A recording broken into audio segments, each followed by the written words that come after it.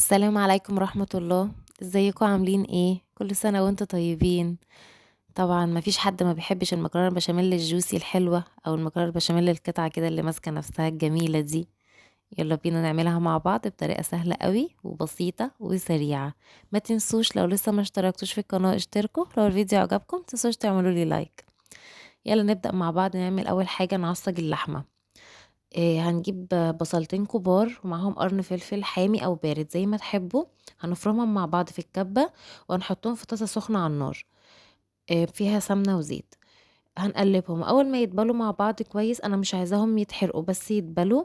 هحط عليهم التوابل اللي هي فلفل اسود ومعلقة 7 بهارات ونص معلقة قرفة ومعلقة صغيرة سماق وورق راولي وحبهان. هنقلبهم كويس قوي مع بعض. بعد كده هنحط عليهم اللحمه المفرومه، هنقلبها معاهم كويس. وبعد كده نحط عليها معلقتين صلصه او طماطم مبشوره او نص كوبايه عصير طماطم، ونسيبها بقى مع بعض تستوي على جنب.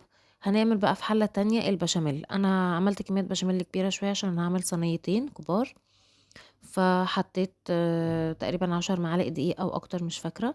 حطيتهم في الصينيه في الحله سوري مع سمنه وزيت برضو. هنفضل نقلب فيهم، ما يبقوش ناشفين قوي، يعني مش بحب الدهون تبقى كتير قوي في الاكل، فانا حاطه على القد بالظبط. انتوا عايزينها اكتر زودوا بقى السمنه او الزيت اكتر. ودي الحله التانية اللي على جنب دي هنسلق فيها المكرونه. هنا البشاميل خلاص كان استوى، فحطيت عليه لبن يكون ساقع ما يكونش سخن طبعا، لان لو سخن هيكلكع ومش هنعرف نفكه خالص. فنحط عليه لبن ساقع. على حسب بقى الكميه اللي انت هتعمليها، يعني الكيلو تقريبا بيكفي صينيه. ممكن تزودي بميه، ممكن تزودي بشوربه، زي ما تحبوا. خلاص كده كان البشاميل استوى والمكرونه كانت اتسلقت. هنجهز بقى الصينيه اللي احنا نحط فيها المكرونه البشاميل. نحط فيها من تحت معلقه زيت مع معلقتين 3 بشاميل كده كبار، عشان خاطر من تحت برضو ما تبقاش ناشفه وكمان ما تلزقش في الصينيه. المكرونه اللي احنا نحطها اول طبقه هنكون حاطين عليها برضو بشاميل ومقلبينها مع البشاميل كويس عشان تبقى كلها طعمها حلو قوي واخده من البشاميل كده. هنحط في النص اللحمه المفرومه اللي احنا معصجينها. انا بحب احط معاها زيتون متقطع بيديها طعم حلو قوي. الطبقه اللي على الوش بتاعه البشاميل ما بنكترش فيها المكرونه قوي، عشان بنعمل حساب ان احنا لسه بنحط بشاميل تاني على الوش، فما يبقاش الطبقه سميكه قوي والقطعه تبقى حجمها كبير. بنحب القطعه تبقى حجمها متوسط. انا عن نفسي بنحبها جوسي، ما بنحبهاش جامده كده او ناشفه يعني.